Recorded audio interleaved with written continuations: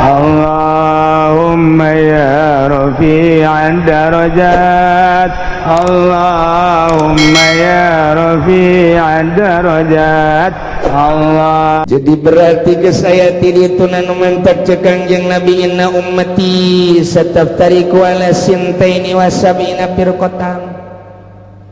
Sayana umat kaula bakal paberencai ngajadi 72 golongan. Kabeh ngaku ahli sunnah padahal ma'ana jiatu firqatun salamat ma bakal sapirqah. Jararieun jelema golongan atas namana Islam boro-boro organisasi cacak-cacak partai ge make atas nama Islam. Baheula P3 make atas nama Islam, kemudian PKB make atas nama Islam, PNU make atas nama Islam. Padahal mah di Indonesia mah kapan teu meunang nyeun partai Islam lantaran KBG huluna adalah demokrasi. Teu meunang berbau sara. Tapi kelantaran nipu ke masyarakat make aturan Islam lain aturan, make lebo Islam ujung-ujung nama atuh nanti lah nanaonan ribut Golkar jeung P3, ribut P3 jeung PKB, ribut KB jeung PNU, ribut jeung PD, ribut. Nah perputaran pilpres lu tahun itu sabaraha anu paeh, pilpres kamari sabaraha anu paeh, tinggal pilpres anu bakal sing hade lantaran merupakan siksa. Urang mangadoa bae ka Gusti Allah Subhanahu wa taala. Jadi kukumahakeun ke negara urang teh tetep kos kieu bae sebab can aya nu niatan untuk merubah, membangkitkan semangat rakyat jeung bangsa mengarah ke jujur jeung adil can aya. Qul bejakeun ku anjeun Muhammad li ahli Makkah ka para ahli Makkah ketika aya kesulitan anu terjadi di masyarakat, baik kesulitan alam kadeleuna kumaranehanana, aya angin, aya batu, aya hujan teu eureun-eureun, aya badai, aya gempa minimal lini erosi, kemudian aya tsunami, atawa sandang pangan mahal, atawa paila, atawa keributan. Nah penyakit coba tah ketika kos kitu saha anu bisa ngaleungitkeun jeung nu bisa nyalametkeun. Bejakeun Muhammad ke ahli Mekah, bejakeun. Coba Muhammad Kangjeng Nabi teh titah nanya ka para ahli Mekah khususna mayunajikum min zulumatil barri wal bahr. Saha coba nu bisa nyalametkeun ka aranjeun kabeh ketika aya zulumatil barri wal bahr. Artina zulumatil barri teh popoek berang, popoek daratan atau popoek lautan merupakan suatu kedahsyatan siksa. Sok geura andai kata tengah peuting anu poek kemudian aya mega ditambah di kapoekanana lantaran bulan bintang ditambah deui ku angin anu menggebu terus teu eureun-eureun macam kituna sebagai siksa. Saha bejakeun anu bakal bisa nyalametkeun keur carita hakikat atawa di lautan nya di jero laut nya peuting nya aya mega. Bayangkeun ku urang ditambah di ombak anu luar biasa naik ka darat atawa di laut anu keur naik parahu, naik sampan, naik kapal atau anu keur ngojay. Nah ieu saha nu bakal nyalametkeun saat seperti itu. Bejakeun ka ahli Mekah, coba bejakeun ka ahli Mekah, coba saha anu bisa nyalametkeun. Eta keur carita hakikat keayaan alam seperti kos kitu. Urang mah nyarita teh kejadian alam yang adanya si bule. Henteu bae urang mah nyokot aslina. Eta teh aya nu nyieun kikituan teh Gusti Allah Subhanahu wa taala. Teu semangat teu semata-mata kos kitu Gusti Allah mun teu disababan ku urang sebagai penghuni bumi. Cok gerage bejakeun saha tah nu bisa bakal nyalametkeun? Moal aya nu bisa atuh kabeh ge. Ketika ditanya kos kitu mah kabehan ge moal aya nu bisa lantaran aya jelema naik kapalna oleng luar biasa dahsyat keur carita oleng lagi diberitakeun ku nahodana bahwa kapal tidak akan selamat.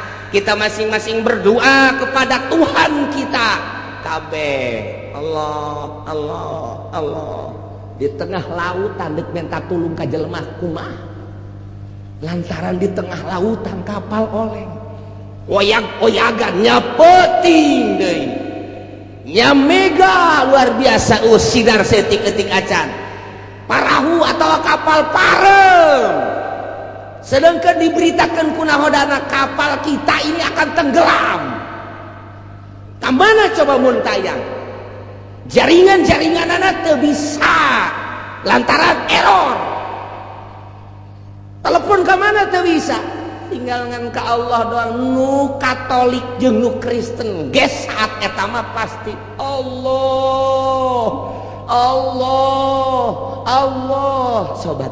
Komo nu Islam sanajan nyana tukang mabok, nyana tukang zina, nyana tukang korupsi ketika kapalna oleh Allah Allah Allah Allah Allah Allah Allah Allahan kajeng kumaha ge. Saat-saat kos kitu teh saha tah nu bisa nyalametkeun atau naik kapal udara biasana lewat Abu Dhabi gerbek diberitakeun ku pilot para penumpang yang baik kapal kita menemui masalah sebab cuaca buruk di keatasin ini gelap di kebawahin angin besar ditabrakin ke sono kita masing-masing berdoa saja rasanya cak pilot rasanya waduh geus dek pilihan deui kalau kita buang ke kanan ada gunung tinggi wah mending ka eta bae sana gunung bae teh waduh kita buang ke kiri laut wah sarua bae cilaka ieu mah udah ini mah tidak bisa kecuali kita berdoa masing-masing kepada Tuhan kita. Waduh ageng geus poho ka anak poho ka pamajikan sangkilang geulis jasa ge pamajikan tetapi Allah asa dihareupeun Allah Allah Allah Allah Allah Allah eta keur carita kejadian di udara kejadian di laut kuari kejadian gering urang sadar Mercy ambalayah di imah Cadillac ambalayah di imah mobil Hammer kan ambalayah di imah ja urang boga perusahaan sawah urang tanah urang satungtung deuleu pamajikan urang nu di imah nu di pila nu di hotel ambalayah lobana luar biasa urang kaserang penyakit jantung atau darah tinggi ditambah ku manis geus pupurieun pupurieun ieu mah aduh lantaran manis dibere obat teh ieu teh kudu pahit bertentangan jeung darah tinggi dibere obat darah tinggi bertentangan jeung manis atau jeung emah nah ieu sangat bertentangan kumaha ya kos kitu teh diimpus urang di dieu kieu bae di rumah sakit di ruang ICU boro-boro sasaha anak jeung pamajikan ge geus semeunang ngalayan geus di ICU bageus kieu mobil ambalayah di imah perusahaan urang ambalayah di unggal kota pamajikan urang sakitu gareulisna nu luar biasa tanah urang satungtung deuleu geus puguh pake mah kitu keneh beas di gudang geus teu kacaritakeun wah luar biasa imah lain hiji bae unggal kota boga imah kuari urang aya di ruang ICU bejakeun Muhammad ka jelema kos kitu saha nu bisa nyalametkeun coba bejakeun hartana bisa nyalametkeun jual ku sia harta jang nyalametkeun nyana imah bisa nyalametkeun sok bawa ka dinya imahna mobil Cadillac na nu termahal di dunia nu bisa nyalametkeun ka dinya bawa ku nyana atawa wanita cantik urang Karawang urang Surbang anu ngagel muter teh bawa ka dinya bawa atau orang Libanon anu cacadeun irung mata ceuli jeung sajabana bawa kadinya moal aya geus kieu bae ngagolan napas lagi geus dibantu make oksigen dilayan ini temen bapak temen usaha bapak dina hatena ngabur sia teh hayang aing mah didatangan ku sia oh babaturan korupsi didatangkeun ka dieu goblok sia ini temen bapak pak temen apa temen usaha bapak oh jangan dina hate mah teu bisa ngomong lah inditkeun aing keur ka Allah sebenarnya tapi lamun datang ini santri mana ya santri nu tetangga bapak teh nu teluk ditanya nyana deuk macakeun Yasin diuk di dinya tadi hayangin saat eta mah tadi didatangan ku santri supaya kabantu-bantu nginget-nginget Allah aya laku santri mah geus kos kitu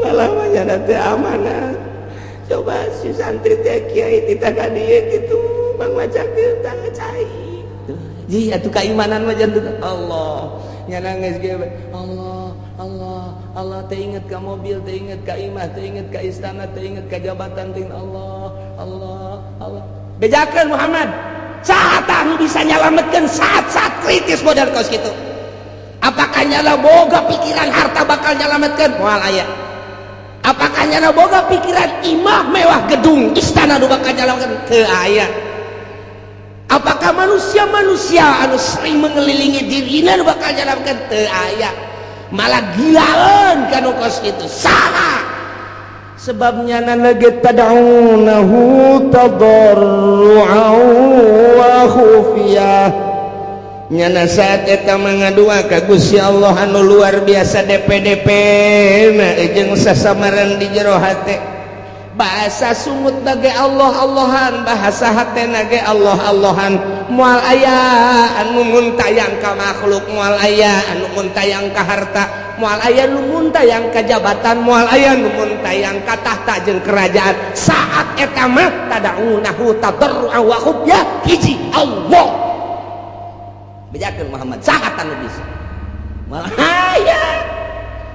moal aya nu bisa nulungan yang nyalametkeun kabeh ge saat urang keur kena musibah di kapal saat urang kena musibah di udara saat urang kena musibah ragag misalnya ti luhur gunung moal inget kana naon urang naik gunung mendaki gunung ke tebing tek di luhur kemudian ragag ka handap moal inget kana naon Allah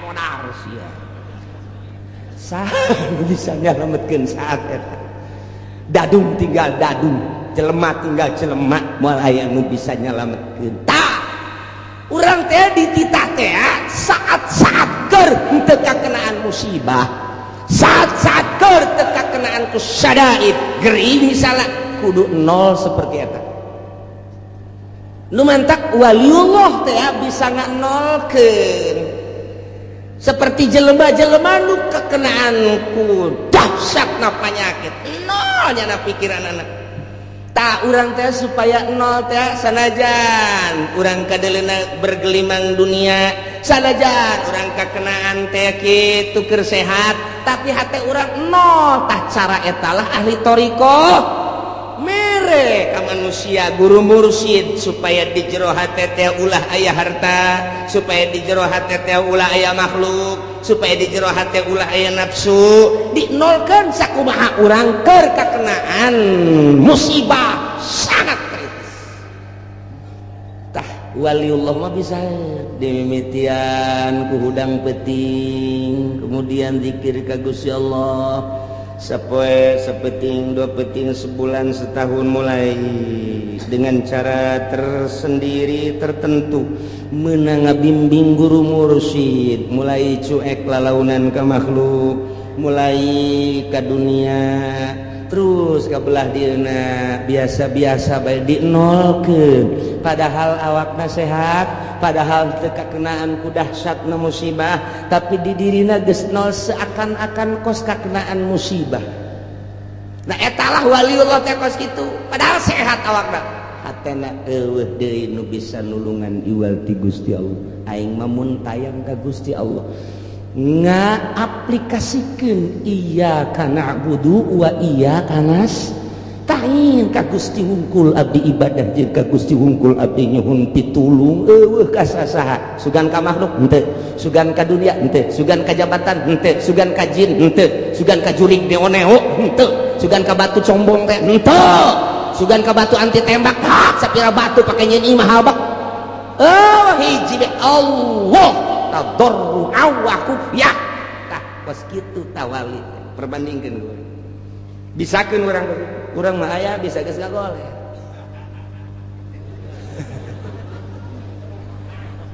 arawas urang kata ingat ke Allah recok tipi pareuman tipi ngagoleh tadi nungguan bawa isuk basora tipi ya we pindahkeun mudah-mudahan abah zikir we ka Gusti Allah puyeng abah mah asa-asana deuk ka Allah padahal mah TV loba mobil moga segala rupa awaskeun pamajikan lagi datang ka dieu lah itu perlu amat mah geus lain itu jaga sewa rasa tuh kos kitu mah tuh diusapan tinggal diusapan geuna sok keur sehat boro-boro keur ngagoler kitu nyeri hulu ge diusapan ku nu geus teu hayang asana menyon bae beungeut sia tah kadeuleuna ku aing eta nyeri hulu bae menyon gadeuleuna beungeut padahal mah geulis nyeri hulu koboy geus kritis geus bae ka Allah malah nu tilok zikir ge di tasbihan di dinya pan sokna kan nu gering teh padahal mah tilok zikir tilok naon tasbih boga dekir ceknya nama tasbih meureun bisa nulungan henteu tasbih mah itu dipake mah ku tasbih tinggal tasbih bisa dibabeteun ku jurig bisa tasbih mah itu dipake Allah napas kalur Allah geus eueuh sebab kanyeri geus luar biasa geus lain hayang sosonoan jeung awewe geus lain hayang leurempangan make mobil mewah geus lain hayang barang dahar makanan-makanan menu-menu anu lazat lain ieu mah hayang nangis ka pangijeng Allah bae lain hayangan asa geus dihareupeun we Allah saha anu bisa moal ae badak urang kuari ngaji teh tah supaya urang bisa pasrah kadanan kuari bisa pasrah matu engke-engke saat urang kritis ji ja urang ge bakal modar sarua bae je emang parang sana kumaha meureun sakjana mah masih kene SMS-an kana tolol teu budak mun bisa mah kuari mun teu bisa engke saat urang ngagoler Muhammad bejakeun saat anu bisa nyalametkeun moal bisa kulantaran atuh anakna ieu tanggap terus diobatan rada bray cager rada deres puyeng rada eueuh tanaga rada aya cek remote mana sial teh urang Cikupa globlon remote naon ki remote TV mana remote TV emang lagi deuk TV kesel abah TV gadegeun nu gede TV na setel seserian tolong menikmati kamarak kakara kamari saminggu ka tukang awaskeun TV garieun jangan nanti awas kuari barang leungit TV remote na mana mun aing jadi incuna di talian gua itu jelema teh kos itu percis eta teh lain batur sia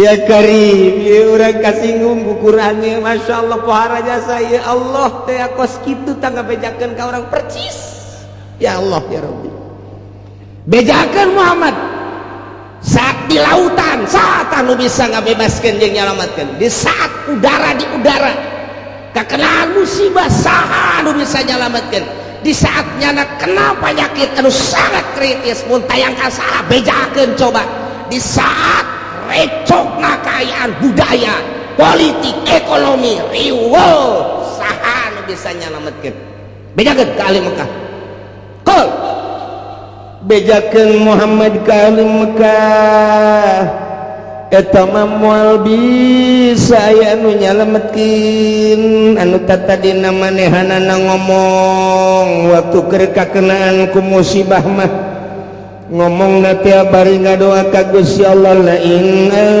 anjaytana min hadhihi lanakunanna minasyakirin. Cekupar-kupar Mekah lamun mah Gusti Allah teh nyalametkeun ka kami tina musibah nu sakieu dahsyatna. Lamun mah Gusti Allah bisa nyalametkeun ka kami tina hiruk pikukna kahirupan. Lamun mah Gusti Allah bisa nyalametkeun kana panyakit anu luar biasa dahsyatna nu tiba ka Gusti ka kaula. Andai kata dileungitkeun ku Gusti Allah nyana ngadoa di jero hatena kos kitu doana mun teh mah Gusti Allah nyalametkeun lanakunanna minasyakirin. Kami bakal syukuran ka Gusti Allah, bakal iman ka Gusti Allah. Kos kitu kabehan ge. Orang-orang musyrik di mana kekenaan ku musibah mun tayangna tetep ka Gusti Allah nyana ngadoa ka Gusti Allah di jero hatena, baik langsung ku sungut kadenge maupun jero hate. Nyana ngadoana tabarrua wa khufya DP bari jelas tur di jero hatena. Langsung ka Gusti Allah la in anjaitana min hadhihi Gusti lamun teh mah Gusti nyalametkeun lanakunanna minasyakirin kami deuk iman. Lamun jelema anu mukmin jelema anu Islam nyana ge ngomong di jero hatena bahkan kasaksian ku babaturanna lah cenah lamun geus cager mah kula mah deuk ngaji bae deuk ibadah bae. Moal maksiat deui babaturanna tatanggana komo keluargana mah kabehan ge ngadengekeun di barang disalametkeun ku Gusti Allah nanyakeun remote deui bloon. Aya aki-aki lain aki-aki aya jelema budak ngora tabrakan barang tabrakan teh parah luar biasa dihimpus terus dibawa ka ICU kabladieuna rada deres diurut nu pararotongna terus kieu bade mana ngomong ka babaturanna geus aing mah neuk tobat moal mabok deui moal judi deui lah mah karasa jasa iki nyaho cagernya henteu mun ku Gusti Allah dicagerkeun aing mah neuk ka masjid bae neuk ibadah bae geus hayang mah kos kitu sieun paeh cenah ge aju rada deres bisa make tungket saeutik Jumaana ge jam 10 batur can ka masjid jangan geus ka masjid urang lembur ge nyarahun jasa kadeuleu ku kabehan bu jadi getol eta jelema budak ngorak-ngorak keneh. Terus bae dia hareup deui nama ditihang lantaran ngajojor sukuna teu bisa ditilepkeun sabulan 2 bulan 3 bulan rada deres bisa nilep masih keneh ka masjid kan jam 11. Terus kuari mah geus teu kudu make tungket ka masjid keneh ngan jam 12 kurang 10. Kuari mah bisa deui naik motor babarengan jeung baturna geus teu wauheun ka masjid. Eta di Cikupa anu kos kitu percis. Aslina mah urang Cilongok sih. Cilongok Bandung. Eta kos kari itu ya. Nya ge ngomong di jero hatena aing lamun cager mah deuk ibadah bae ka Gusti Allah moal maksiat deui. Ieu eta percis kos urang Mekah. Andai kata lain anjaitana min hadhihi lanakunanna minasyakirin. Kos kitulah manusia. Kos kitu manusia. Ya Allah. Gusti Allah bejakeun Muhammad ka para musyrikin Mekah ka para kufar Mekah. Moal aya nu bisa nyalametkeun janang aing tamah nu bisa nyalametkeun bejakeun Allahu yunajjikum minha wa min kulli kab. Allah nu bisa nyalametkeun ka ranjeun kabeh tina musibah nu sakitu dahsyatna wa min kulli karbin jeung tina sakabeh kasusahan nu terjadi ka dirina. Moal aya nu bisa nyalametkeun kecuali Gusti Allah. Ketika disalametkeun kunaon atuh summa antum tusyrikun. Begitu disalametkeun mun teh mah tadi dina kapal teh naek ka darat musyrik deui. Padahal ke waktu oleng kapal mah di tengah-tengah lautan jang mun tayang ka makhluk ka babaturan iwal ti ka Gusti Allah nyana ngomong lain anjaitana Gusti mun nyalametkeun ka abdi tina musibah kapal ieu mana peuting mana poek mana angin luar biasa mana ombak luar biasa diberitakeun di kunahoda bakal cilaka kabeh mun tayang Gusti lamun salamet abdi rek iman begitu disalametkeun kunaon atuh summa antum ya Allah ilah kabehan ge sekarang itu tah eta keur carita anu musik nu iman kitu keneh jero kapal teh kos kitu bae Gusti abdi mah ibadah bae ka Gusti lamun teh mah ku Gusti disalametkeun geus moal maksiat lantaran payah geus asa dihareupeun mata bae koyak-koyakan kapal teh geus luar biasa geus deui pake kaingat hiji we Allah napas kaluhur kahandap Allah disalametkeun ku ari ku Gusti Allah datang kanggar datang ke pantai biasa salamet seserian deui edahan ngan sakadar dongeng doang nu tadina nyana ngomong di jero hatena Gusti lain anjaitana lamun Gusti nyalametkeun abdi mah rek ibadah begitu datang deui ka darat nonton TV deui percis kos sekarang itu Masya Allah karim ieu kadeuleu ku mata urang kanyahoan jasa boh tatangga boh babaturan ulah waka tetangga ka babaturan diri urang heula kitu pisan diri urang pernah janji baheula Gusti pedagang blok nyieun imah 2 tingkat pagerna luhur jasa teka dirian ku batu mobil saling ganti pakaian bulang berereng luar biasa dahar sakumaha kahayang nyana luar biasa maju usahana blek melian tanah gere gering jual tanah itu gering terus keneh bae mobil jual tinggal imah doang jual imah ge ya aya istilah lah harta mata talang raga jual kabeh anak rage bah jual bae bah lah nu penting abah cager tanah menang melian beak mobil menang melian beak kabeh perusahaan ge ambruk tinggal imah-imahna nu pagerna luhur teh 2 tingkat jual ku ari meuli nu sederhana gering can cager keneh bahkan leuwih kritis di jero hantena Gusti lain anjaitan lamun Gusti nyageurkeun ka abdi Gusti abdi malah deuk tobat moal ceroboh cara kamari karasa jasa ku abdi mabok abdi zina abong-abong loba ka fakir miskin ka yatim abdi teh henteu ngalingseuh tatangga abdi ge geus sebodo konon ka abdi bongan abdi mah deuk tobat Gusti andai kata ku Gusti abdi dicagerkeun aju Gusti ngangkatkeun deui kana perusahaan abdi sakumaha biasa deui geus abdi mandeg 180 derajat hirup abdi teh deuk ibadah ka Gusti abdi rek peduli kana zakat rek peduli ka fakir miskin ka yatim piatu tatangga abdi ku abdi lah deuk disumbang bae geus abdi mah hayang geus kitu bae Gusti cagerkeun Gusti bla bisa deui dieu wae ngobrol jeung keluarga abah rada cager abah alhamdulillah gara doakeun bae ku kabehan abah nu kusah deui geus cager malah kan abah mah eunana mah deuk ngitung-ngitung zakat fakir miskin segala rupa lah deuk moal cara baheula heuh bah atuh didoakeun ku kabehan ayo geus ku ari geus rada sehat-sehat mulai engkeut-engkeut dagang deui mulai awal-awal mah bager hitung Gusti zakatna sabaraha can loba ieu pantau mah hitung zakat sok tetangga bagikeun rapi bagi gede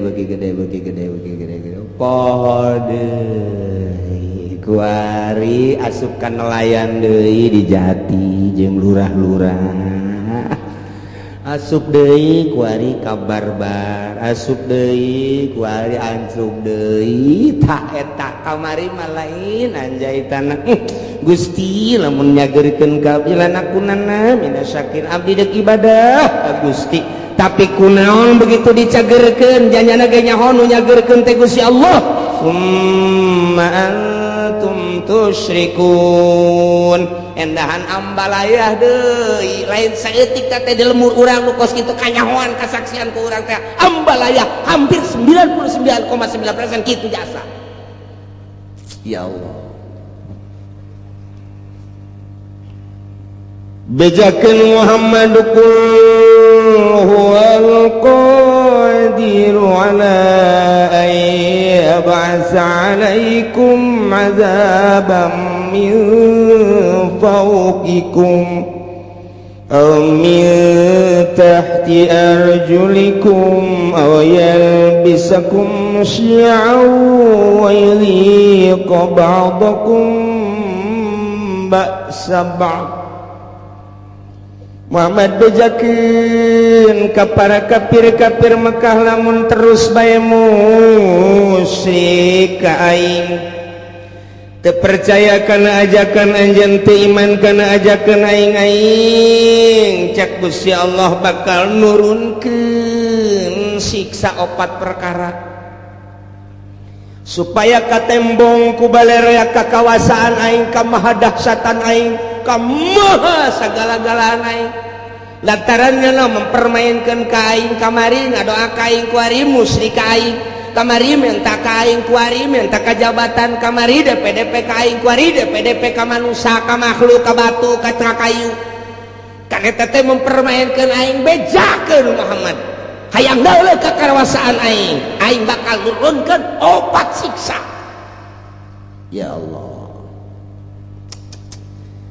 bejakeun Muhammad wal qadiru ala ayyab'asa alaikum adaban, aing maha kawasa, aing maha sagala-gala cak Gusti Allah, lamun kitu bae petana aing bakal nurunkeun ka makhluk khususna ka urang Mekah umumna ka saha bae siksa 4 perkara. Ya kan? Hiji azaban min fawqikum, siksa ketimbul ti luhur. Bentukna oke aya hujan teu eureun-eureun nya poe hujan banyak ka buah wacak siksa wae, atawa hujan batu cara ashabul fil di batuan, atau hujan es buah deh datang ke buah karusak,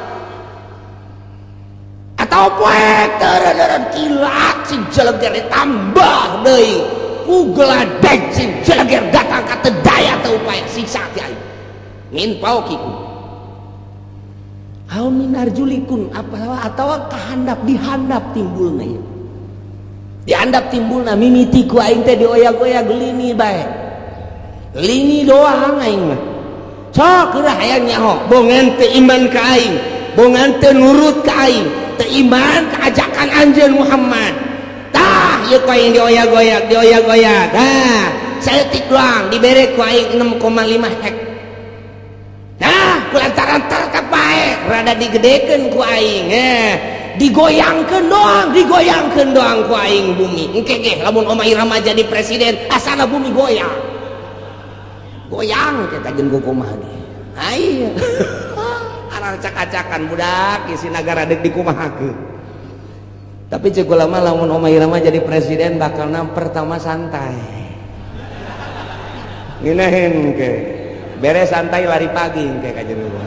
Masya Allah mantap luar biasa. Iya kari aduh kan ujung-ujungnya kiamat tebareres dak ya Allah serius ya langsung ngerti.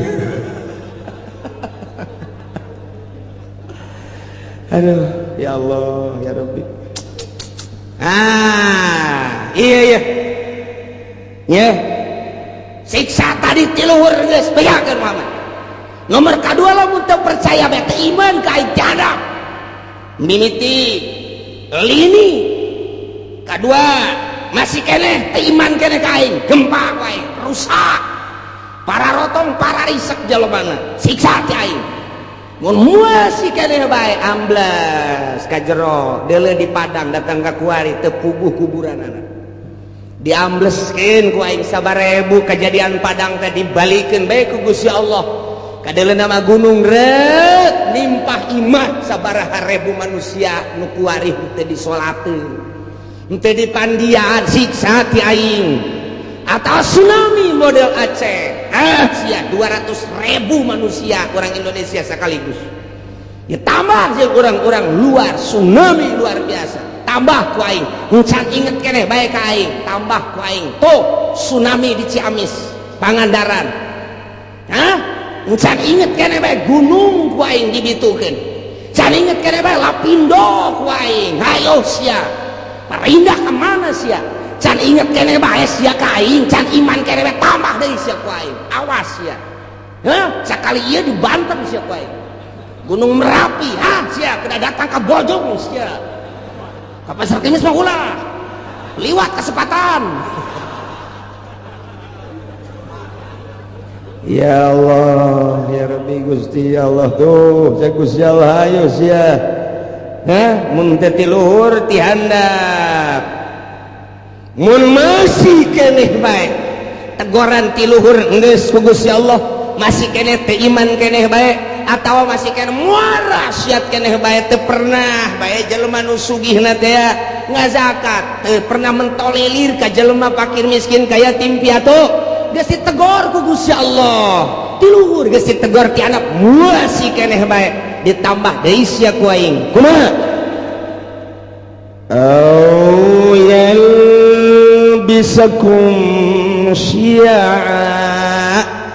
aing nyampur adukeun kana berbagai golong-golongan anu berbeda-beda kahayangna nu bakal ngajadikeun bibit daripada permusuhan mimiti nyen organisasi ye lantaran aya nu deui nu boga kahayang nyen deui organisasi ye aya deui nu boga kahayang nyen deui organisasi ye aya deui nu boga kahayang nyen deui perkumpulan ye aya deui nu boga kahayang deui nyen deui perkumpulan antara organisasi-organisasi teh eta teh teu alalakurna mulai dirinya bibitna kalaluar haju bae silih omong haju bae silih tengkas mulai tidinya teh silih gile tak teu eureun atawa parpo padahal mah jang ngabangun bangsa jeung nagara tapi kulantaran beda-beda kahayangna ieu hayang di satu sisi hayang ngaberesan negara, di satu sisi deui mah hayang nyokot danana doang lantaran gede ti negara.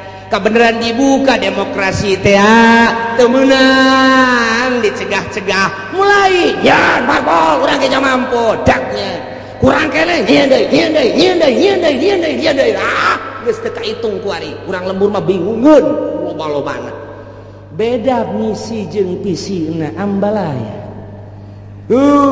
Zaman baheula urang inget aya Golkar aya P3 aya PDI ribut kiai jeung kiai silih omongkeun ribut politisi jeung politisi silih gele nu korban ge luar biasa loba jasa satu sisi kiai memperjuangkeun negara melalui P3 jara rasaan dirinya teh aya misi keislaman atuh dawah panggung teh luar biasa satu sisi pamarentahna asa tinggalin ku kiai eta teh di Golkar nyeun huru hara aya tembak masal derege ilah syaa so eta di dalam negara kuari luar biasa lobana koskaran itu timbul organisasi-organisasi di mimitian timbul organisasi teh Muhammadiyah naik deui ka NU beda visi jeung misina lantaran itu mah Wahabi ieu mah ahli sunnah naik deui timbul deui aya Islam Jamaah diorganisasikeun deui aya Islam LDI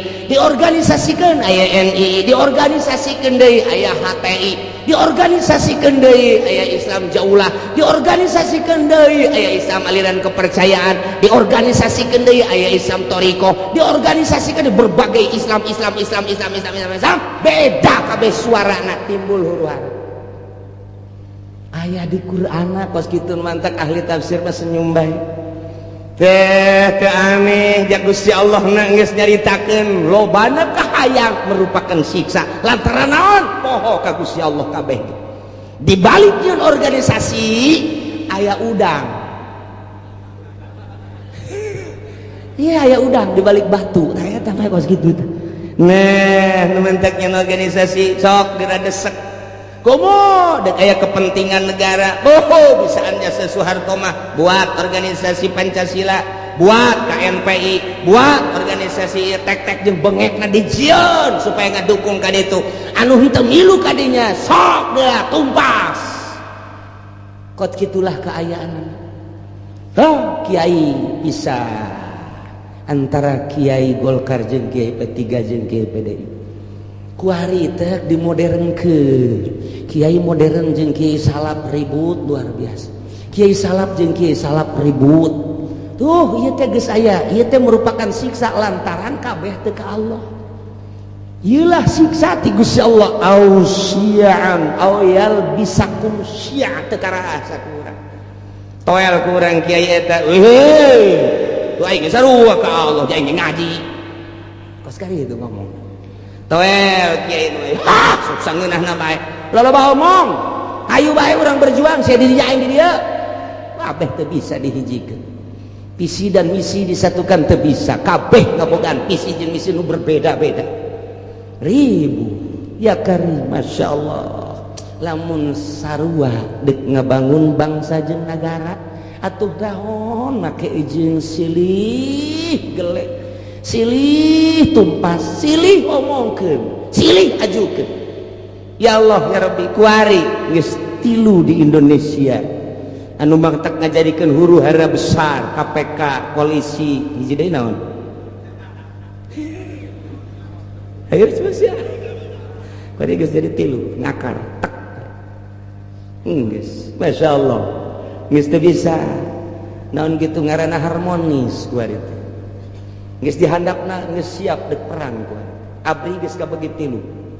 Pihak ieu, pihak itu, pihak ieu. Dah, geus kos kitu di Indonesia lantaran boga kahayang pancenah ieu teh negara urang, pancenah ku urang dibangun, danana kan ti masyarakat. Kunaon atuh kuari teh kos karan itu? Polisi geus teu percaya ka KPK, KPK geus teu percaya ka kitu yudikatif, geus teu percaya deui ka legislatif, geus teu percaya deui ka eksekutif. Main silih salahkeun DPR kuari nyalahkeun polisi, polisi kuari nyalahkeun KPK, KPK terus bae nyalahkeun DPR, DPR nyalahkeun polisi, polisi nyalahkeun KPK. Di BPK ngajukeun berpermasalahan supaya tetap diangkat, eksekutifna kuari kasienan berontak melalui yudikatif. Ieu negara urang, ieu negara urang deuk kumaha coba? Pikir cenah dek ngaberesan masyarakat, nyanana beresaneun, nyanana beresan urang mah teu kumaha je kieu bae nonton nyana. Ieu teh kuari teh kos kitu mun hayang nyaho di negara urang.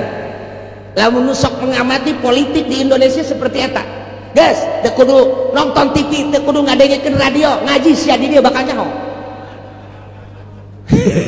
Asa kieu nyaho ti mana? Aing mah susuganan.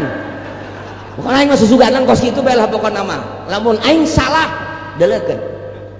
Je nu mantak sakieu deui bakal ditangkep. Kaje nu di luar mah ulah geuna nyaho. Ji tuh polisi geus teu bisa ngamankeun DPR lantaran DPR nyalahkeun polisi, polisi KPK, KPK ge sarua bae geus kos karari itu kuari teh.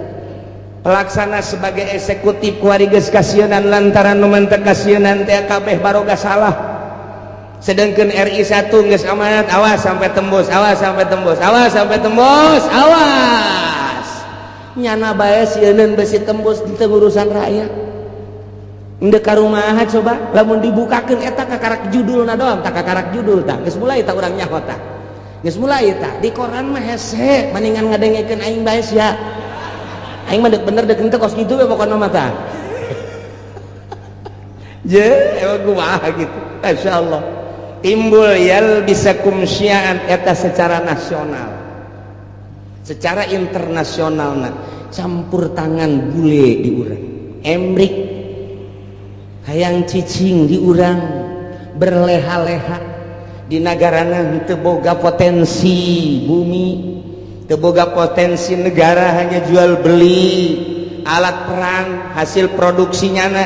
Cau eueuh di Amerika mah, hui eueuh di Amerika mah, sueg mah komo eueuh jasa di Amerika mah. Mun urang ka Amerika coba urang ka ditu teh hayang sueg moal aya di urang teh hayang sueg jeung naon atuh.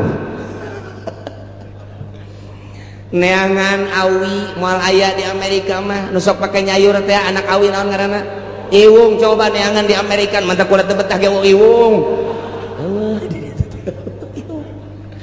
Neuleunya na ka Indonesia aya iwung, aya awi, aya cau, aya anak cau. Aduh luar biasa. didele kunyana hasil bumi na minyak aya logam aya dan lain sebagainya cekel huluna lo ngomong sih guys wain ye iman negara ulah lo ngomong yang sebarang sih ya itu bisa pada maraik rakyat mana lo ngomong itu bisa ya tembak siapa ya wah saya sebar persen sih ya jipan lain gula dong merek kabeh ya udah tanda tangan teh beres cicingnya nanti di nyin gedung di Indonesia luar biasa lambat laun ternyata loba anu dibawa kadi itu dibanding jeung di dimbati ku urang. Nah mulai dibuatlah kepercayaan bule di orang ngadu di antara politisi di luhur ya kepercayaan bule ya kepercayaan rakyat ngadu timbul huru-hara internasional bakal naik taya di Indonesia ge tinggal pencet knop doang jegur ujian anak emang kumaha gitu rakyat tegas sudi jasa di bawah kikiran tetapi pemerintahnya tidak mentolerir geus ka rakyat. Tetapi iya kan bumi pertiwi Indonesia Bhinneka Tunggal Ika 135 juta rakyat Indonesia cak Raden Rhoma Irama disatukan oleh Bhinneka Tunggal Ika ada kumaha gitu geus tinggalan tambah kali mah 135 juta lain 35 juta ku ari mah bung jenggot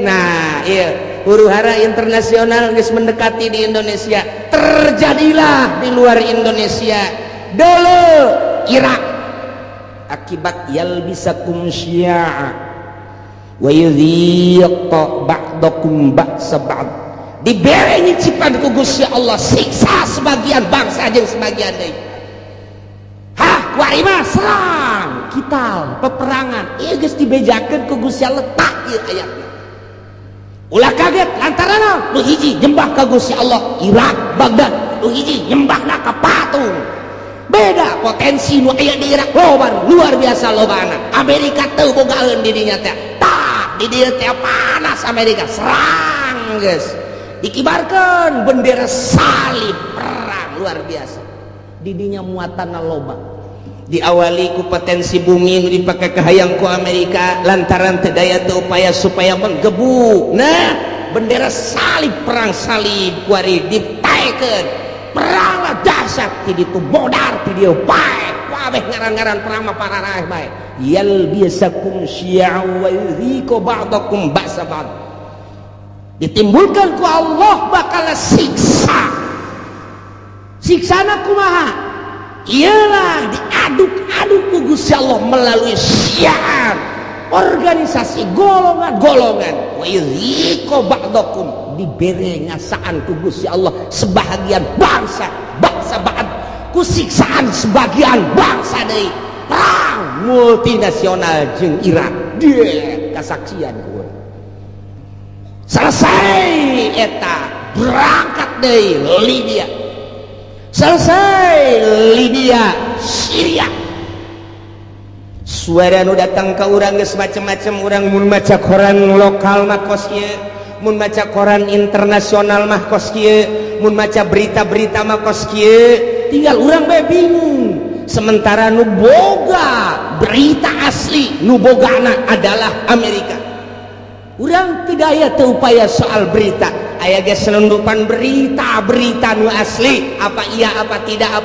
tidak mulailah dikaburkeun Bashar Assad teh merupakan Fir'aun lah satu sisi Bashar Assad ia telah memperjuangkan bangsa jeung negara melalui agama Islam satu sisi jaritakeun Bashar Assad teh ieu adalah Syiah anu luar biasa satu sisinya nama Wahabi satu sisi deui ahli sunnah wal jamaah nu jelas mah urang kebingungan kabeh supaya naon supaya mendukung ke Amerika teu nyaho keasianan kumaha tah kos kitulah yalbisakum syi'a wa yudhiqu ba'dakum ba'sa ba'd perang kulantaran disuplai ku Iran Amerika neuleuh heula bahaya sebab di Iran aya 3 rudal anu luar biasa nomor kahiji rudal Hussein kadua rudal Hasan nomor katilu rudal ali ngarana ge teu kira-kira ngarana teu kira-kira rudal Husein lamun diberangkatkeun datang ke Amerika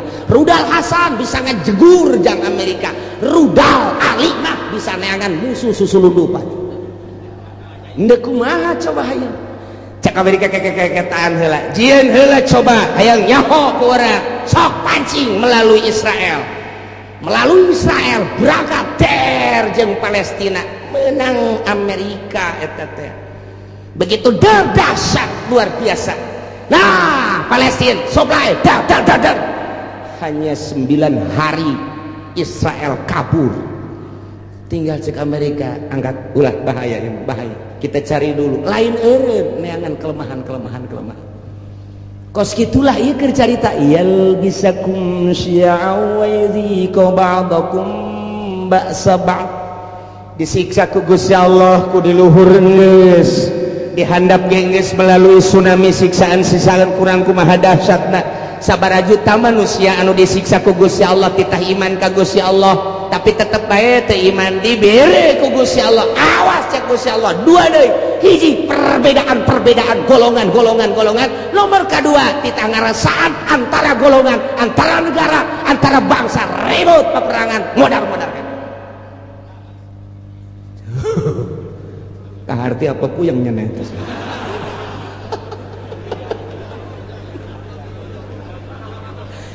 internasional dibawa kurang caner geus encana geus berurusan anak Taliban terus bae militan di mana aya perang di dinya nya nama aya Osama bin Laden geus eueuh ditambah deui ku ari tetep aya ditambah deui ku organisasi HTI secara internasional jauhlah geus secara internasional araya di tiap-tiap peperangan teh berbagai organisasi ja peperangan kamari bae di Israel orang Indonesia bagi aya ka ditu kok nyeplos ka ditu model urang teu nyaho aya nu nyeplos kos kitu lamun teu direkomendasi ku RI da moal bisa sementara kapan urang teh negara teh aslina teh manut ke Amerika tapi kok aya orang Indonesia di ditu ja perang Irak aya orang Indonesiaan di ditu perang Iran aya orang Indonesiaan di ditu ieu urang Indonesia mah asana mah nya nama Okos Bunglon ya nama bisa kadang-kadang itu batak Indonesia lain lalagaan ditakuti ku orang Amerika teka caritakeun orang Palestina di Palestina aya orang Malaysia teka caritakeun di Palestina aya orang Thailand teka caritakeun di Palestina aya orang Korea tapi orang Indonesia mah aya di ditu malah keur waktu perang kamari multinasional aya nu nembak begitu dibuka ieu na ieu penyet ieu wah cek orang Amerika iya mah lain orang Irak lain Iran lain Taliban coba status orang mana begitu di dalam ya karib kurang puta anu gede hutang teh kabur ka ditu paeh hirup ceknya aing daripada Indonesia sangat diperhitungkan Masya Allah tak poso ribut poso nasional tamata tapi berbau internasional saha nu lempang ka poso ternyata aya sababaraha organisasi dilarang ku pemerintah tetep bae datang ka ditu namun teu datang ka ditu poso terus-terusan nu dipencit ustad teh nu ditembak kiai teh anu dipanah nu dipedang datanglah organisasi ti urang padahal teu dimeunangkeun ku pemerintah poso bae datang ka ditu ngibarkeun bendera perang siap meuli bejakeun ku kula organisasi nu mana ngan nyana minta izin ka kula bos sombong amat cenah sekali-sekali sombong lah niku mah Indonesia mah kos kitu eta di Palestina bae aya di Taliban teh aya ya Allah ya Rabbi nu mantak aneh eta pan kudu make kapal udara haju kudu make biaya pan eta teh atuh make naon kitu ngaranna birokrasi perjalanan anu luar sekedangkeun steril steril luar biasa mau kemana tujuannya apa tapi aya kan di ditu Masya Allah mantek ke mun perang deui urang diajakkan itu naik naon cenah kiai ngojay paeh di laut asana ieu mah meme perang geus malodar Indonesia ulah sambarangan di Indonesia nu mantek diperhitungkeun ku Amerika sangat diperhitungkan. Indonesia mangke bae perangna terakhir bae cek dana. Tetap di perangan mah di perangan terakhir. Asana bangsa Haji Mamun mah paeh ti heula. Moal kaburu nya nama geus. Siksa ti Gusti Allah. Leletikanana di urang antar kampung, leletikanana ti urang antar desa, leletikanana ti ku urang antar kiai. Kunaon eta? Lantaran boga kahayang. Kiai ieu ngayakeun ieu, kiai ieu ngayakeun ieu, teu harmonis, ribut kiai jeung kiai. Syi'an wa yudhiqu ba'dakum ba'sa ba'd. Hayang rada gede melalui organisasi-organisasi. Hayang gede deui melalui parpol. Cerita tentang perbedaan di parpol anu geus teu aneh deui. Kuari makin dibesar-besarkeun, makin digede-gedekeun. Urangnya ketika PKB naik sabaraha nu paeh saat harita sabaraha ieu ge ieu cantang tu ka hareupeuna lantaran armada Prabowo anu luar biasa, armada jenggot anu luar biasa, armada wah geus pohara ieu mah main ke bakal nata. Nah ieu sehingga ada ieu beusi jadi siksa ti Gusti Allah. Mun sia teh iman ka aing, mun sia teu taat ka aing, teu takwa ka aing, bere siksa opat. Hiji ti luhur min fauqikum, dua ti hadap min arjulikum. Mun ti luhur jeung ti dihadap teu dianggap, awas aoyel bisa kumsian aing yeun tata golongan engke golongan lain sakadar cicing wa yuziko ba'dakum ba'sa ribut perang. Jadi berarti ke saya tidituna nu mantap cekang jeung Nabi inna ummati sataftariqu ala sintaini wa sab'ina firqatan. Sayyana umat kaula bakal paberencai ngajadi 72 golongan. Kabeh ngaku ahli sunnah padahal ma'ana jiatu firqatun salamat mah bakal sapirqah. Jararieun jelema golongan atas namana Islam boro-boro organisasi cacak-cacak partai ge make atas nama Islam. Baheula P3 make atas nama Islam, kemudian PKB make atas nama Islam, PNU make atas nama Islam. Padahal mah di Indonesia mah kapan teu meunang nyeun partai Islam lantaran KBG huluna adalah demokrasi. Teu meunang berbau sara, tapi kelantaran nipu ke masyarakat make aturan Islam lain aturan, make lebo Islam. Ujung-ujung nama atuh teh lah eueuh nanaonan ribut Golkar jeung P3, ribut P3 jeung PKB, ribut KB jeung PNU, ribut jeung PD, ribut.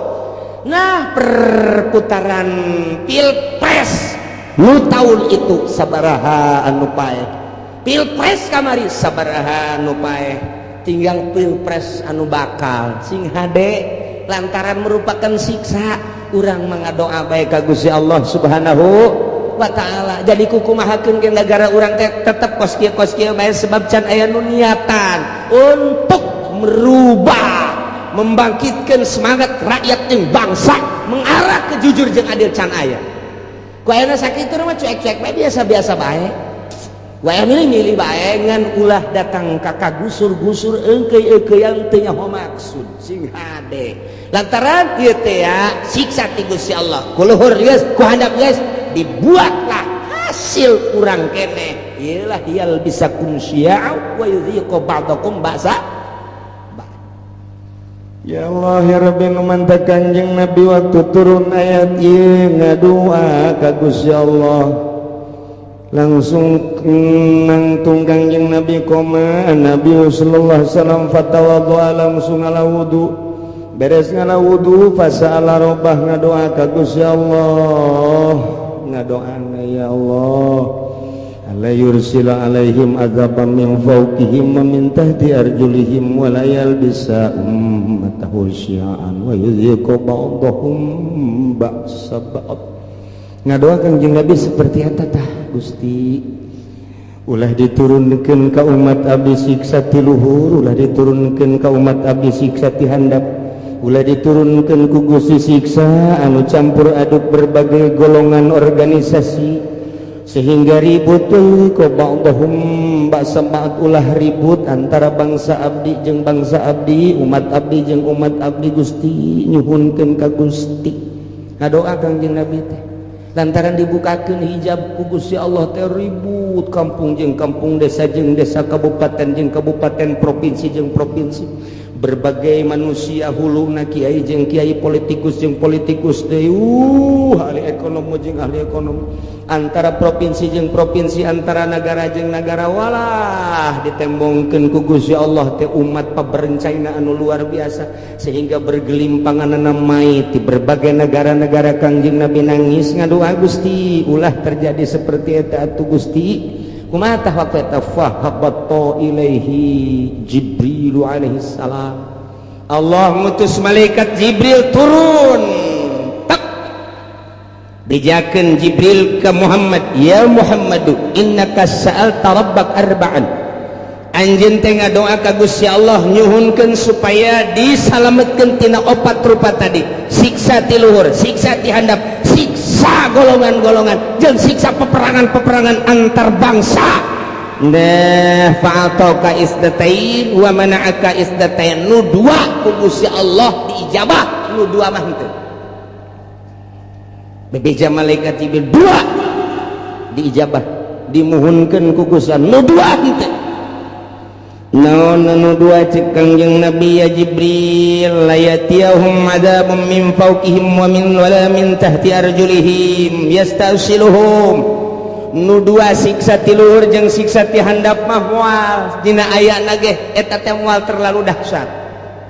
Siksa ti luhur paling aba-aba doang, siksa ti handap paling aba-aba doang, sekali-sekali digempakeun eta mah hanya sebagian kecil cek malaikat Jibril, disunamikeun hanya sebagian kecil. Moal terus-terusan Gusti Allah nyiksa seperti eta mah moal nu dua diijabah. Nah cek Kangjeng Nabi lantaran nu dua eta mah fa innahuma adzaban likulli ummatin istajma'at ala takdzibi tanabiha wa raddi kitabi rabbiha. Lantaran nu dua eta mah patalina jeung keimanan ka pangeran jeung keimanan ka kitab pangeran, geus urusanana di pangeran tuh. Lantaran nya teh iman bae atau maksiat bae, teu percaya kana Al-Qur'anul Karim atawa ngarobah status hukum Al-Qur'anul Karim, ku Allah dibereng ke ti luhur jeung ti handap ala kadar doang Muhammad teh moal dahasap jasa moal nu dua mah tetep diijabah sanajan aya ala kadar. Anu dua deui, nah lamun nu dua deui mah Muhammad eta mah cek Gusti Allah ditahan tamah, walakinnahum yalbisuna syi'an wa yudhiqu ba'dahum ba'sa ba'd. Nu dua ieu mah hiji bakal timbul golongan-golongan eta mah teu diijabah ku Gusti Allah. Nomor kedua bakal ribut antara umat, antara agama, antara bangsa, eta moal diijabah teu diijabah tetep tama bakal terus bae eta mah. Bahkan wa yuhiqu ba'dahum ba'sa ba'd, bakal ngarasakeun peperangan antar negara jeung negara. Geus aya ti ditu nu mantak ahli tafsir mah ketika perang Irak Amerika teh aneh, ketika perang Libya teh aneh, perang deui Palestina teh aneh, lantaran geus aya dina Al-Qur'ana awyal bisakum syi'an wa yuhiqu ba'dakum ba'sa. Masyaallah ya manu dua mah teh Kanjeng Nabi naros Jibril nah anu dua ieu kok teu diijabah, padahal mah poharaja saya mah merupakan siksaan. Wa hazani azabani li ahli al-iqrar bil kutub wa tasdiq bil anbiya, lantaran nyana percaya ka kitab, percaya ka nabi, ngan nyana teu make kitab jeung teu make nabi. Lantaran nyana percaya kana Al-Qur'anul Karim dimusabakohkeun mulai tingkat RT datang ke tingkat nasional, datang ke tingkat internasional. Quran dimusabakohkeun antar negara, Pakistan, India, Mesir, Irak, Iran, Arab. Oh timbullah juara satu dipakai itu kahiji. Nomor kedua percaya bahwa Nabi akhir zaman adalah Kanjeng Nabi Muhammad. Di berbagai negara diakui bahwa Muhammad adalah Nabi akhir zaman. La nabiya ba'da dari Nabi sabada Kanjeng Nabi, tapi teu pernah diikuti ajaran-ajaran Kanjeng Nabi. bahkan dikatukangkeun nyana teh make ajaran manusia, ajaran jelema ku nafsuna bae. Nah ieu mah bakalna peperangan moal eureun-eureun. Iyalah geus dinyatakeun dina Al-Qur'anul Karim, urang kuari ngarasakeun percis jasa. Mulai antar sekolah lantaran teu ka Allah, guruna teu ka Allah, muridna teu ka Allah, ribut ka geuting kumaha. Antara lembaga ribut lantaran henteu ka Allah, antara yayasan ribut lantaran henteu ka Allah, antara organisasi ribut lantaran lain neangan ridho Allah, hanya semata-mata neangan pitayeun doang, antara parpol ribut lantaran henteu lillahi taala, henteu aya misi ikhlas, kabeh ge semata-mata hanya jang dirina doang. Nah iyalah bakal mual eureun-eureun siksa nu dua mah. Hiji yal bisakum syi'a, bakal timbul golongan campur di dieu. Nomor kadua geus aya golongan yuziqu ba'dakum ba'sabad, golongan nu ieu nyerang ka nu ieu nyerang kana, timbullah peperangan baik di kampungna sorangan, di nagarana sorangan, atau antara negara bakal terjadi teu bisa tamah lantaran doa Kanjeng Nabi teu dijabah nu dua ieu. Tinggal kudu kumaha atuh cak sahabat kami lamun aya di negara kemudian situasina geus model kos kitu ya Rasulullah. Andai kata kami hirup kemudian hirup teh datang ke zaman model kos kitu, timbul organisasi golongan-golongan, timbul parpol-parpol, timbul kabehan ge kahayangna anu masing-masing jeung kabeh hayang ngarealisasikeun kahayang-kahayangna memaksakan diri. Anu dijieun modal mah kapan eta teh rakyat bae, dari rakyat untuk rakyat, boloon teh podol sero eta bae kabeh ge anu dipake omong-omongan Gusti. Mun datang ka zaman eta kumaha cakang yang Nabi, maneh mah cicing bae ya zamil buyut, cicing bae maraneh di imah masing-masing, wa'budullaha ibadah bae maneh ka Allah, nyalametkeun diri. Ulah milu engkeuy-engkeuyan jeung jelema kos karari itu kajen teuing nu kitu mah kitu bae. Cak sahabat atuh engke nagara kudu kumaha? Engke ge aing nyieun, engke bakalna kesatria cak Gusti Allah. Saat aing deuk ngararapih nagara eta di mana geus kacau, engke aing bakal nyieun kesatria rijal bahasana. Engke rijal ku aing ditimbulkeun anu gagah luar biasa, engke ge moal paharti ku otak-otak manusia saat eta. Bakal mimpin bangsa, mimpin umat, mimpin negara di luar konstatir manusia. Engke ge bakal ditimbulkeun ku aing tah ke geus aya kesatria, bakalna ke kakarak umat nuturkeun satungtung can aya kesatria mah ulah waka. Cek manusia engke cirina kumaha Gusti eta kesatria nu bakal mimpin bangsa model kos kitu teh? Cirina deuleu bae engke si Semar. Bakal boga ponggawa opat manehanana teh kabeh ge khawarikun lil adat. Deuleu engke si Semar cak Gusti Allah. Ah manja cenah. Kanjeng Nabi geus nyahon ka Semar. Ya Semar mah belah dieu tamah zaman kamari, tamah zaman Wali Sanga Semar mah tamah mimiti aya wayang gelar kadua, wayang kulit katilu, wayang bolet. Jadi nya kok Kanjeng Nabi nyahon ka Semar. Ai sia otak teh diteunden di dengkul belon. Wayahna coba tunaikeun ka dada. Ye si Semar teh eta teh adalah lambang seorang wali. Hiji si Semar masa lilana tilok make baju. Nomor kedua nya nama lamun lempang tilok rurusuhan. Nomor katilu di mana lempangnya nama luak liuk bae. Eta si Semar kos kitu. Jeung deui tara bertindak di mana-mana encan musyawarah jeung si cepot. Sia seuri sok tongton meureunnya. Tetepnya nama kudu musyawarah heula jeung si Udel jeung si Cepot jeung si Gareng, tetep musyawarah ke masukan tidinya. Berarti nya nama tilok turun langsung kege aya tangan-tanganna tetep ahli Allah bae. Kitu jadi didukung ku para ahli Allah. Geus lamun make bajuna hurung herang keneh lain si Semar mah. Geus urang teh angan ke calon presiden anu henteu make baju. Siapa bodoh jasa sama. Aduh bodoh jasa teangan ke calon presiden anu henteu make sepatu, teangan coba anu make sempak doang. Mantap jasa ieu mah. Atuh geus bae ku urang duetkeun Oma Irama jeung Rita. Ya Karim ya Allah ya Rabbi. Nah ieu ku Kangjeng Nabi disilokakeun engke ge aya ahlullah al-arif billah nu bakal mimpin negara. Nu mantak baheula teh kurang kumaha gagahna di Indonesia berbagai kerajaan-kerajaan coba Sunan Rahmat diutus ku Gusti Allah. Dilanjutkeun ku para sunan diakhiri ku Sunan Cirebon eta kabeh ahli-ahli Allah Subhanahu wa taala. Banten nu katengah katelah degeulna lantaran boga ilmu pucuk umun di dinya di mana hibar satungtung deuleu ngalengkah 40 imah kalengkahan diutus ka dieu teh Maulana Hasanuddin ahli Allah tumbang pos karari itu kuari ge lain teu nyarekel kana ilmu kabeh ge ieu bangsa di DPR pusat teh nyekel ilmuna ilmu dugala kabeh. Lantaran manehanana ditembak supaya ngebul di anu supaya anu nyekelna ilmu karari itu wungkul lantaran ieu nu kuari mah tapakna kabeh ge di Pelabuhan Ratu jeung Nyi Roro Kidul.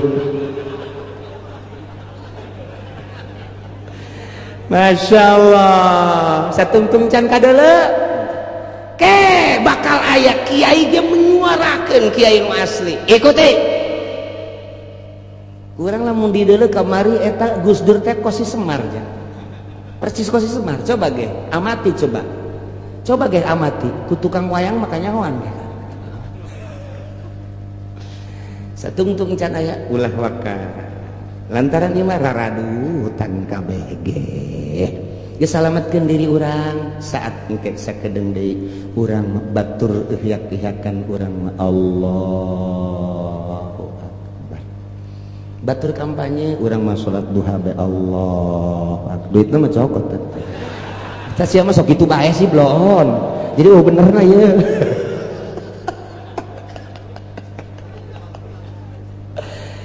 Tah jadi urang kuari alhamdulillah sanajan bari jeung saminggu sakalinya ho urang informasi akurat ti Gusti Allah Subhanahu wa taala khususna dakwah ka umat-umat di Mekah baheula umumna kuari ka urang balerea.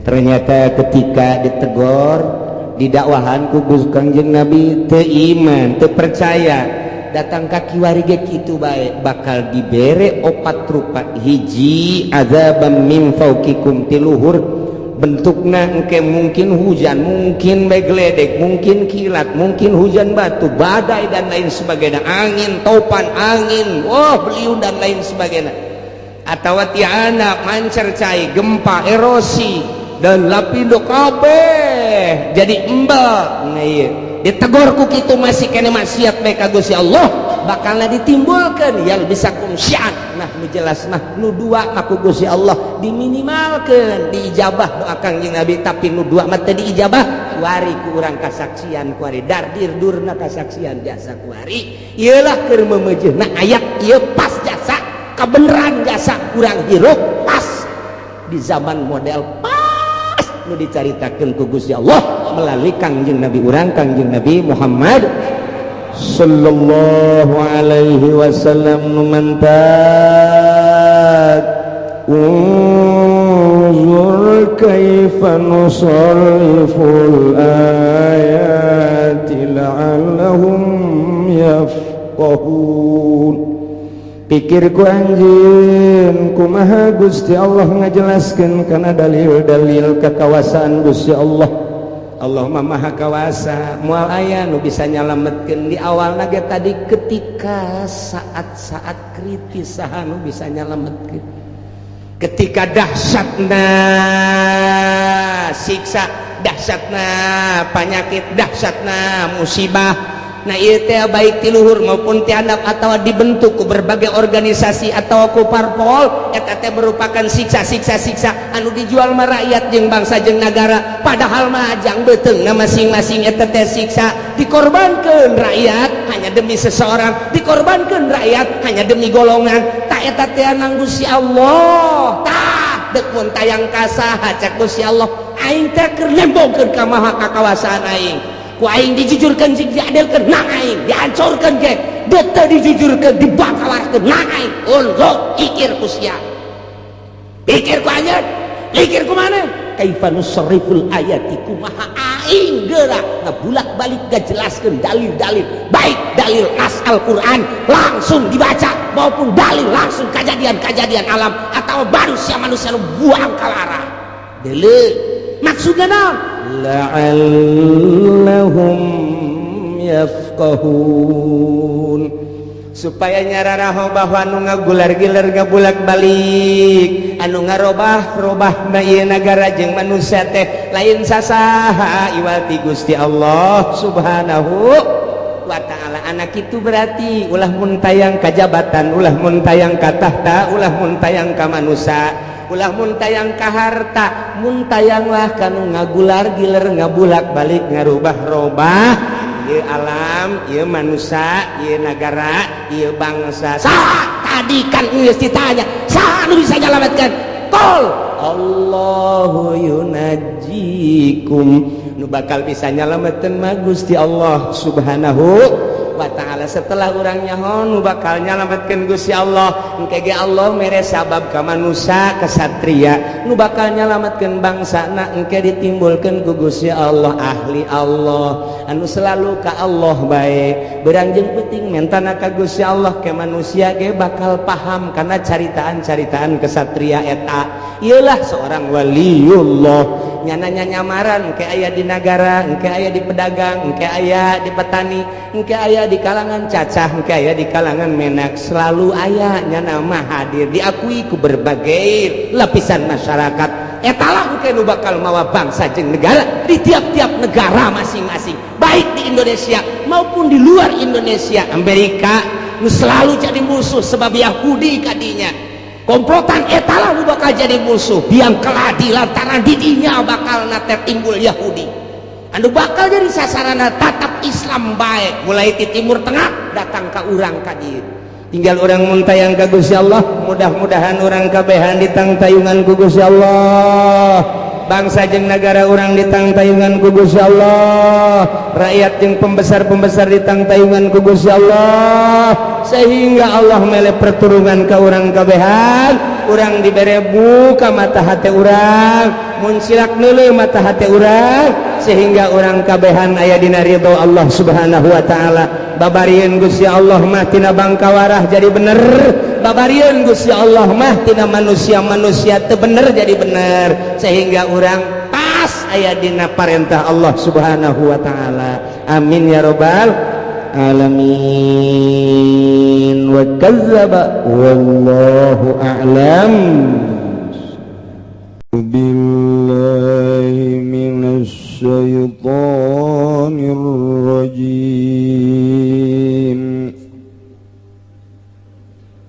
Bismillahirrahmanirrahim. Ya ayyuhalladzina amanu 'alaikum anfusakum la yadurrukum man dhalla idza tadaitum ilallahi marji'ukum jami'an fayunabbi'ukum bima kuntum ta'malun. Wallahu a'lam bimmuradih. Ieu mah neruskeun nu kamari bahwa urang hirup salila di dunia teh wajib diparentah amar ma'ruf nahi munkar. Kita berjuang ulah eureun-eureun marentah kahadean ngalarang kamunkaran, ulah eureun-eureun terus bae. masyaallah.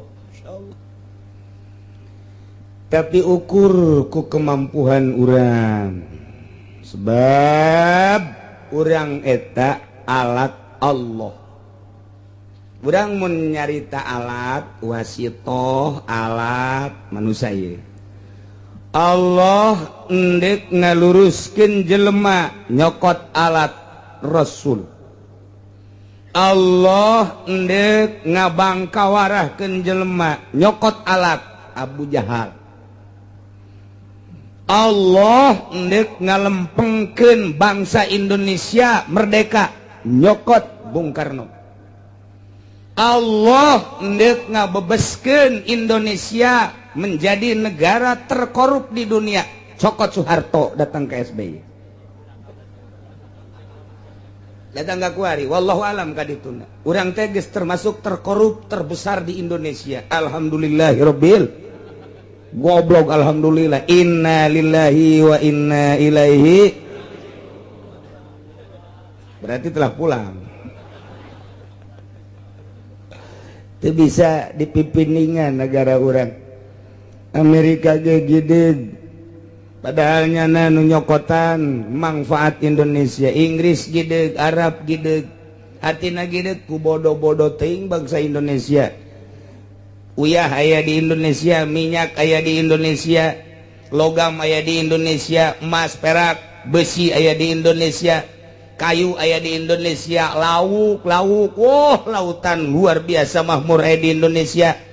Wah timah aya di Indonesia, tapi kunaon atuh teu becus ngelola. Ieu cek orang luar negeri. Ulah bicara orang luar negeri. Kecarita orang negeri. Kunaon atuh uyah dibawa ke Jepang dikelola ku Jepang, balik deui ka dieu dibawa ku Belanda dikelola ku Belanda, balik deui ka Indonesia. Urang selamana hanya jadi konsumen. Besi dikelola lah ku orang Amerika, ku orang Jepang. Balik dari ka orang jadi konsumen kayu kitu kene, minyak kitu kene dan lain sebagainya. Selamana Malaysia geus bisa nyieun mobil, Jepang mah geus puguh, Cina anu eueuh dongeng nyieun mobil, hanya nyieun mainan anak-anak kuari mobil motor kendaraan geus loba buatan Cina. Padahal kapinteran bangsa Indonesia leuwih awal munculna, tapi eueuh mobil buatan di Indonesia hanya rakitan-rakitan paling kijang. Dia diakukan orang Indonesia, padahal lain buatan Indonesia, rakitan Indonesia. Mana motor buatan Indonesia? Padahal kamari ieu urang Rangkas Bitung geus bisa nyieun motor tina awi. Ngan begitu dek dilumpangkeun membreyak. Diteudeun we di Jogja aya di Jogja tina awi motor, masya Allah. Ngan dipajang doang. Mesinan dek kumaha nyieun mesina tuh. Dek pakai balap kumaha acak-acakan atuh. Aya tapi di museumkeun motor buatan orang Rangkas Bitung, tah tina awi. Tina kayu sarua bae, mobilan dan lain sebagainya. Tapi ieu lain lalagaan Indonesia teh bisaeun mun nyieun kendaraan. Tapi geuningan. Nah, ieu mah keur carita makin jauh, makin lila, makin jero hutang bangsa Indonesia. Per kepala geus sabaraha, kakarak lahir doang geus boga hutang statusna. Encan ngadahar uyah-uyah acan borosot geus aya catetanana, sebab jana geus jadi bangsa Indonesia hutang berarti. Coba ngeri jasa ieu urang. Lamun urang berpikir ke arah eta deuk datang ka iraha tu bangsa Indonesia maju atawa lepas dari belenggu hutang. Wallahu alam. Nah, kudu diperjuangkeun amr ma'ruf nahi munkar. Berangkat. Toel coba. Tokoh mana ieu nu bisa dita? Wow, lamun ditoel atuh urang ngeringkuk. Ngeringkuk urang. Moal bisa maju atuh urang dakwah urang. Stop, kekuatanana urang can kuat. Sebab alat-alat eta diukur ke kekuatanana. Urang dek mantek kayu ieu pahatna, mantek awi ieu pahatna, dek mantek besi ieu pahatna, ragaji ge ragaji kayu mah ieu, ragaji awi mah ieu, ragaji besi mah ieu. Jadi alat eta disesuaikeun. Nah, Allah teh dek nyeun kamakmuran, kalurusan, kajujuran. Pasti Allah ngadatangkeun alat seorang manusia anu super. Jang ngabentangkeun tentang hukum jeung amar ma'ruf nahi munkar. Encan aya ku ari teh Allah bae can menghendaki. Sebab alat teh can aya. Kakarak boga Gus Dur doang. Gus Dur teh alat anu canggih, kakarak ngabor doang. Ngabor doang geus dipileukeun ka alat. Enggeus bae ku ari wassalam. Beres Gus Dur. Lumayan sabaraha departemen nu kunyana di beresan. Bentuk dakwah teh kos kitu. Departemen sosial awakeun. Departemen penerangan awakeun, sebab ieu adalah icu biangna di dieu teh eta sarang korupsi eta dakwah ngaranna. Kuari lamun deuk dakwah tah depag tak eta tah korupsi luar biasa di dinya teh jeung sajabana bae tah lamun bisa cara gosor bubarkeun eta dakwah ngaranna kos kitu deuk kaleugitkeun korupsi teh ya sarangna eta ngaranna bentuk dakwah mun hayang nyaho di mana letak dakwahna tah polosia teu datang ka dinya kos kitu tah bentuk dakwah teu kuateun Gus Dur ge kakarek pake siet kolepa teu kuat ganti kuari oh berarti nu kuari mah lain alat jangan luruskeun sengaja Allah nyieun alat-alat dimulai presiden menteri datang ka kitu di MPR DPR datang ka gubernur datang ka itu bupati datang ke camat datang ke lurah bentukna kos kieu kahayang Allah urang dititah ngadakwahannya teu kuat sebab ukuran dakwahna ukuran alat Kanjeng Nabi geus ngajelaskeun man ra'a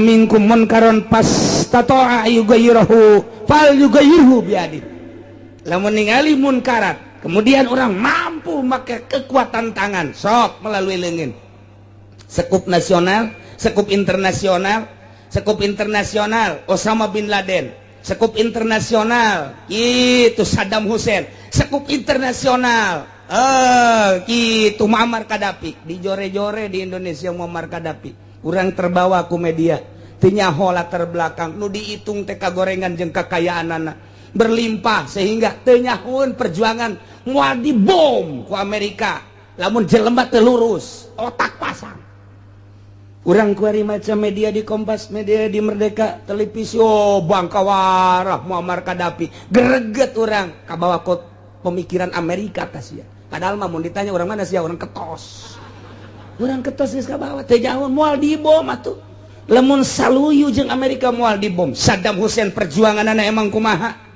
kuari tinggal hiji deui boga najed leutik tinggal hiji deui kuari arah ka mana bae geus ditingker ku Amerika sebab nyanalah anu keur dakwah sabilillah nu keur dakwah ngembangkeun agama nu keur dakwah dek ngahancurkeun munkarat Amerika tidak senang siapapun tetap bunuh Gus Dur teh dibunuhna lain ku sasaha ku Amerika melalui tangan Amin Rais kitu cara ngabunuhna karir teh dibunuh di Indonesia lamun teu akur jeung Amerika eureunana SBY eureunana ieu datang ka dua periode akur jeung kahayang Amerika bobol anu bagi dua jeung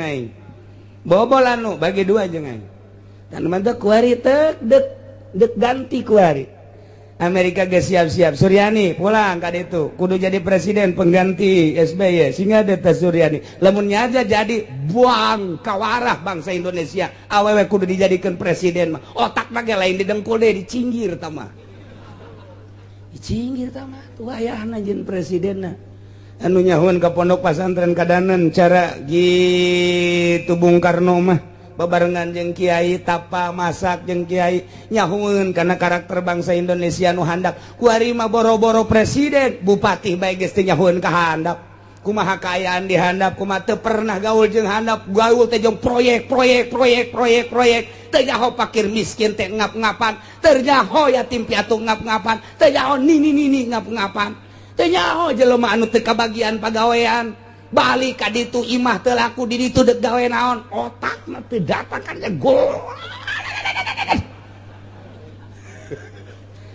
mana ieu calon mana tah gitulah ieu hartina ieu naon munkarat berarti tah ulah didukung berarti munkarat kudu kumaha tuh urang mampu henteu ngilangkeun munkarat teu mampu turun urang ngomong sebab lamun urang ngaleungitkeun munkarat eta bae hiji urang di borgol ulah tuh ngomong ge bahaya ku hate bae geus ieu mah adapun iman ieu mah fa ilam yasati babiqol babilisani mun teu mampu make tangan besi babilisani ku ngomong supaya pahameun masyarakat ieu bener ieu salah ulah atuh eta masalah ulah didukung supaya kos kitu tah fa ilam yastati babiqolbi mun teu mampu hate bae mandak kula tadi geus ngamimit kiai mah ustad maning cicing bae ku hate bae Inkar ku hate ngadoakeun mudah-mudahan aya pemimpin nu bener ulah mimilu lantaran teu wauh jeung masyarakat kuari calon-calonna saha. Komo presiden mah lamun kamari urang ngadongengkeun presiden Bung Karno mah babarengan jeung santri masak, babarengan jeung kiai di Bandung sabandung wauh kabeh keur nyana di ITB, di Tangerang jeung kiai Tangerang warauh kabeh aju ngobrol babarengan di sawah. Tah eta calon pamimpin menyahueun ka hayang masyarakat. Kuari mana calon kos kitu? Nah ieu hese berarti eta teh munkarat berarti dibawa ku leungeunnya munkarat. Atuh kurang kudu dipiceut, urang teu mampu ngomong, urang teu mampu hate bae geus sabodo nyangakeun ka Gusti Allah berarti lemah jasa urang teh. Boro-boro dakwah dek sekup internasional, cacakan nasional GGCC, boro-boro nasional gede jasa meureunanan kendalana, cacakan sadesa bae GGCC jasa. Berarti sulit ya kuari urang, dakwah teh sulit. Gitu mah dakwah sakadar haram minuman, haram zina, taman teu bertindak. Kakaraku ngomong doang, coba bertindak. Ketika aya anu mabok, kebenaran nu mabokna lurah, kebenaran nu mabokna teh polisi, kebenaran nu mabokna teh nu sugih. Hayo kurang, seret, ieu sia haram sia ieu. Bawa ka polisi. Daripada nu dibawa nu mawana ngajungkal pieu. Hayo coba.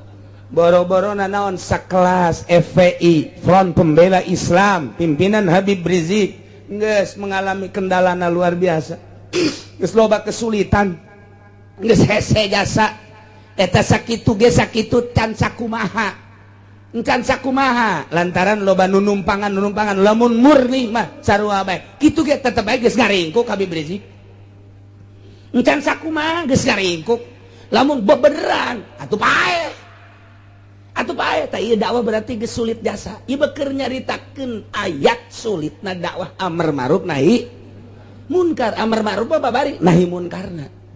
Cok urang lamun aya jelema keur main gaple, eta main gaple mah tilok kitu ja. Tilok. Nah. Goblok jasa main gaple. Oh, berarti cenah kiai ge osok. Neuh, goblok.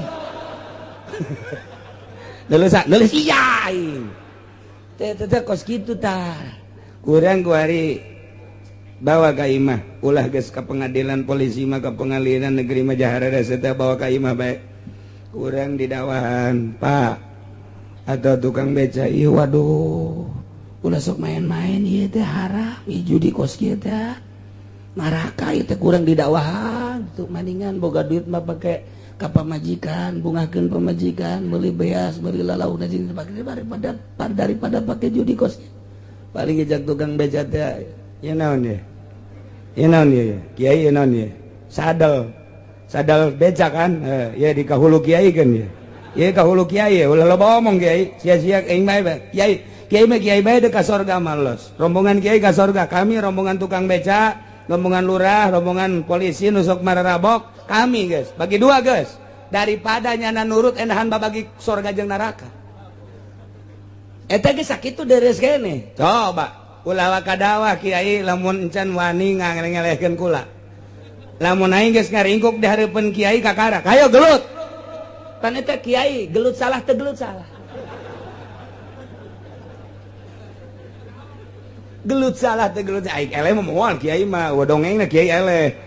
Oh, wah, emang kumaha gitu. Ya, emang kumaha. Sapira tukang beca. Hiji kelemahan tukang beca teh. Begitu orang set ditangkap punya langketek. Ieu geus pamungkas. Terus bae kurang langketek. Sia. Ayo. Urang ditikam ayeus sia moal kuat teh di langketek mah. Golepak karak. Iya. Balik moal eleh kiai mah kajeneu. Sedangkan dia nggak pakai hizib dia emang kumaha gitu ulah lalawora memeh jadi kiai teh wiridan heula weh kok mau orang Cisoka mah jadi kiai henteu gelut bae pan Masya Allah lain jang jawara boga permainan teh jang besi aya Belanda asup deui ka Indonesia sakitu doang mentek Kiai Wariri dan Sogoro hizib segala naon atuh Kiai mah ngajotos teh teu kudu jeung jelem teu kudu dihareup ukuran 1 kilometer si anu dijotos di dia dek atuh ujianana meunang atuh ai kenapa can puguh hiji. Nah, iya keur carita dakwah sulit luar biasa. Nah, kuari tetep aya dititah sekemampuan urang. Geus hese lah nyaritakeun korupsi mah hese tasa. Dakwah ngadawahan supaya eureun korupsi hese jasa. Lantaran geus kabeh eta mah korupsi mah. Kuari eta nu mabok hese ngan saukur ngomong bae muludan rajaban pengajian musina hese terus kabladina hese jasa hese. Nah iyalah mun bisa kulengan teu bisa ternyata kabehan teu bisa di Indonesia kulisan ge geus eueuh jang di negara kuari kamari aya hiji-hijina Gusdur kuari geus diampihan ku Gusti Allah kuari mah geus eueuh nu nyentil hiji-hiji acan atuh pabi kolbi ge geus hampir eueuh teu bisa cara make kolbina ternyata horeng geus pareum amar ma'ruf nahi munkar nah ieu tetep urang dititah hudangkeun deui semangat amar ma'ruf nahi munkar hudangkeun deui gairah amar ma'ruf nahi munkar terus itah kahadean larang kagorengan teu bisa make leungeun ngomong we heulanan datang ka iraha ye turun ayat ya ayyuhalladzina amanu alaikum anfusakum la yadurrukum man dhalla idza ihtadaitum. Heh jelema nu ariman netepi aranjeun ka diri anjeun jaga diri maneh raksa diri maneh benerkeun diri sorangan layat durukum mamdalla idza tadaitum moal ngabahayakeun ka aranjeun kabeh jelema anu sasar di mana anjeun geus boga pituduh terus bae amar ma'ruf nahi munkar mantak cek Kangjeng Nabi itamiru bil ma'ruf wa tanahu 'anil munkar Dira parentah ku maneh kabeh bil ma'ruf kahadean wa tanahu larang ku maneh kabeh tina munkarat larang datang ka mana hatta idza ra'aita suhan mopo datang ka di mana-mana koret dihayukeun panyakit koret mah baroga kabeh ngan aya anu dilawan aya anu dihayukeun di mana-mana koret geus dihayukeun ciri koret dihayukeun geus teu daek ngazakat tah di mana jelema geus teu daek ngazakat berarti ieu amar ma'ruf geus rada kudu di geus teu kuat berarti kuari sabaraha nu sugih di Tangerang Kabupaten Tangerang sakabupaten Tangerang meheulanan sabaraha nu sugih ulah sakabupaten Tangerang sakecamatan Pasar Kemis anu nileina geus disop zakat mun pare geus aya 1 ton lamun ayeuna kitu dagang geus boga 100 grameun ta eta teh sabaraha di kecamatan Pasar Kemis apa aya nu ngaluarkeun zakat atau sabaraha persen nu ngazakat dina ngazakatna ge hartana teh aya meureun 10 miliarna tapi nu dikaluarkeun paring ge 1 juta 2 juta 10 juta teu sesuai ieu suhun muto geus didinya geus harapan dakwah maka jen kumaha ge kos kitu tapi dakwah mah dakwah pengen dikurangi sebab geus eueuh nanaonan teu dakwah pejabat sabaraha nu kaya tapi aya kadenge ngazakat bupati aya pernah ngadengekeun ngazakat henteu kaya perusahaanna loba anakna luar biasa kadenge ngazakat teu pernah saeutik-eutik acan ngadenge ngazakat berarti geus teu kuat ya urang dakwah ya geus teu kuat wakilna atuh wakilna ge sugih kadenge ngazakat henteu pernah kadenge eta cenah merean lain zakat sogok mah nu kos kitu mal kebal nyogok deui bakal sing hade bujur ustad kasogok sing hade sakedeung deui bakal kararimbul sing hade siap bujur besi kasogok ancul-anculan sia nah zakat ieu mah keur carita sabaraha pengusaha di Kabupaten Tangerang mun kukula dihitungan janyararaho nyaho kula mah insyaallah ngan moal dibejakeun ngaran-ngaranna oh loba jasa kelas oh di Pandeglang mah lain bae kelas nasional kelas internasional lobaan di Pandeglang batan di Tangerang di Pandeglang nu di luar negeri bae nu nyieun perusahaan di Amerika di Pandeglang teh aya 10 urang Tangerang mah eueuh hiji-hiji acan Pandeglang nu boga perusahaan di Amerika aya 10 nu aya nu boga perusahaan di Australia aya 5 urang Pandeglang Masya Allah tapi kadenge ngazakat henteu urang Tangerang mah eueuh nu di luar negeri eueuh paling ge lain di Singapura di Singaparna paling aya nu Singaparna mah ge lain usahanya nama kabawa ku pamajikan we ka ditu Tangerang mah ngan saukur kukulibekan di dia bae kukulibekan geus hese ka Lampung bae jualan monyet Tangerang eta